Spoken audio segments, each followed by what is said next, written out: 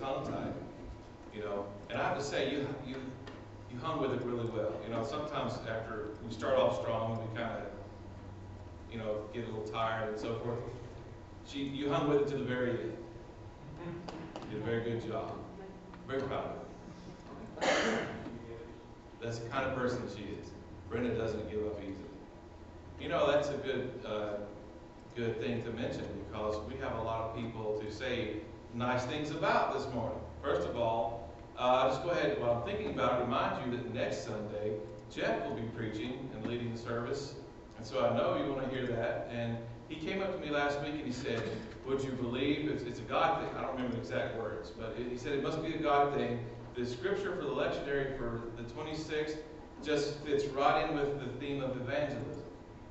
So how about that? Actually, today's does too. You know, it must be a God thing. And so regarding next week's evangelism seminar, Nicholas will be out there with an envelope and a sign-up list. If you want to sign up, if you want to order a barbecue, please, you know, fork over the dough, and we'll get your food ordered. Remember, if you have children, you know, we'll take less. We'll take half or so for that. Whatever you think, you know, 2 children equals 1 meal, or 3 children equals 1 meal. Keep that in mind. We have a lot of people who do a lot of things around here week after week, and I figure that if Al Rowe and John Land and Sue Merritt were to fill out time cards, we wouldn't know how to read them. They'd be so full of things. And this past Sunday, also, we had not just our staff meeting, but we had all of these youth people, jammers and so forth. We met right after church until, I think, about 3:30. It was a long meeting. And we talked a long time about structuring and improving our children's program. And, you know, I don't want to leave anybody out, but you know who they are. Michelle and Deanna and Lisa and Renee and Terry, and who am I forgetting? Some people. Forgetting somebody. And then they're all committed to what we're going to do is we're going to start see, you know. I always live in the doghouse. Corbett, were you there? Okay, I know I'm forgetting somebody. I'm sorry about that. Whoever you are, Lord forgive me. But this children's program is really taking shape. We want to keep the nursery for small children and toddlers, and then we need to be prepared for the bigger kids. And that's going to be from 10 to 10:30, children's choir in the choir room, actually 10:25. And then Terry comes down, and at least for this first month, and they're going to be occupied in, was it the media room? From about 10:30 until about 10 till 11.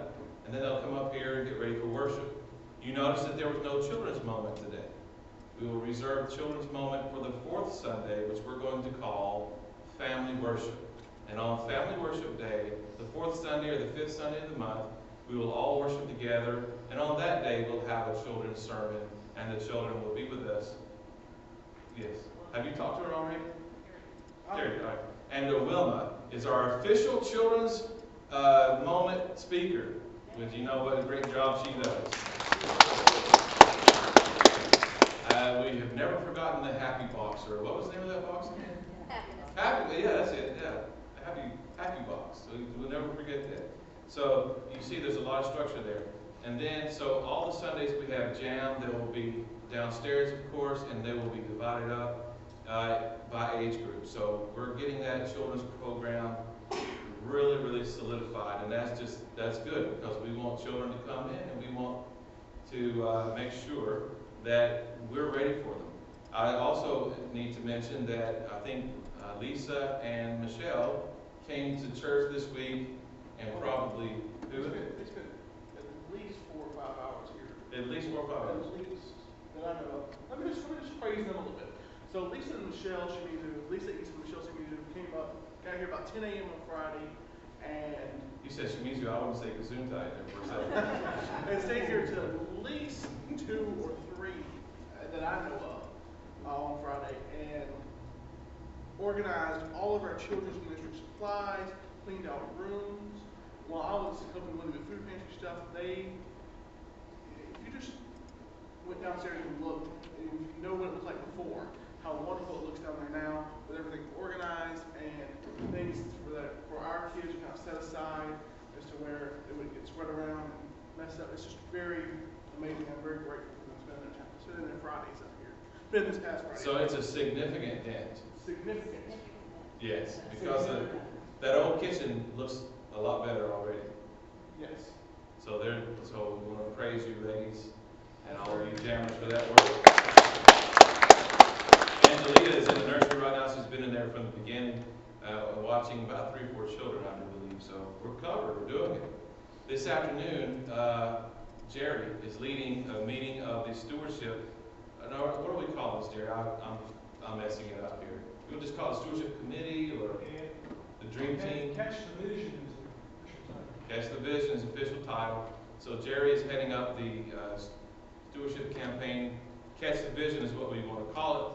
And he's going to fill you in on all that. And so Jerry's leading that. And I want to recognize Jerry and Joe and Deanna, I believe. And I don't remember who was on the committee. Pat, I believe. And I'll be there as well. And so lots of good things going on here. Things getting up and running. Woody? Yeah, Atherton Place. Atherton Place? I was actually coming to that. Yes. Atherton Place this afternoon at 4 o'clock. And All the people that helped make bags last Sunday with my difficulties with Gene's death, so really helped. Ryan's been preaching and a lot this week. it's where the church does, isn't it? Amen. So there's a lot going on, and a lot for us to do, and there's a lot to be proud of, and a lot for us to continue to do for the sake of the Lord and His church. This is, of course, MLK weekend, and thankfully we have a great day coming up tomorrow. I don't mind telling you that I've felt a little stretched lately, and I don't tell you that because I want your sympathy. I'm just telling you that in case this sermon sucks, okay? But I just want to tell you that we've been stretched pretty thin. It's been an extremely busy 2 or 3 weeks at school, and as you know, the holidays were a little bit more hectic than we wanted them to be.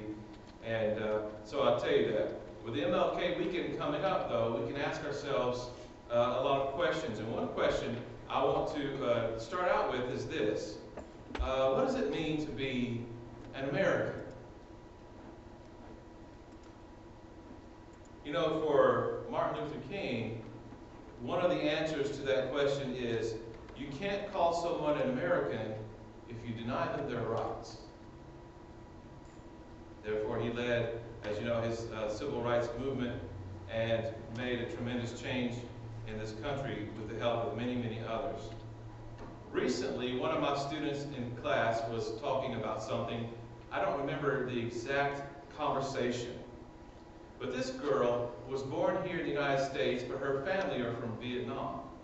And so she was expressing this feeling that somehow she wasn't as American as others. And I had to stop the discussion and kind of address this issue. Her implication was that she's not white or black, therefore she doesn't look American. She's not as American as someone else. And I know that the reason for this is that people have this image that an American is white, Caucasian, typically, or perhaps even black. But that is not true. She was born here. She speaks English as a first language, and even though she speaks Vietnamese and her family are Vietnamese, and they do, practice these many of the customs from the old land. Many of us practice customs from our ancestors' native lands as well. And I asked her. Let me back up one thing. Aside from her home and the church that she attends, the rest of her world is American. Her school, her language, the television that she watches, and even she has no accent. If you would talk to her on the phone, you wouldn't know that her background is Vietnamese.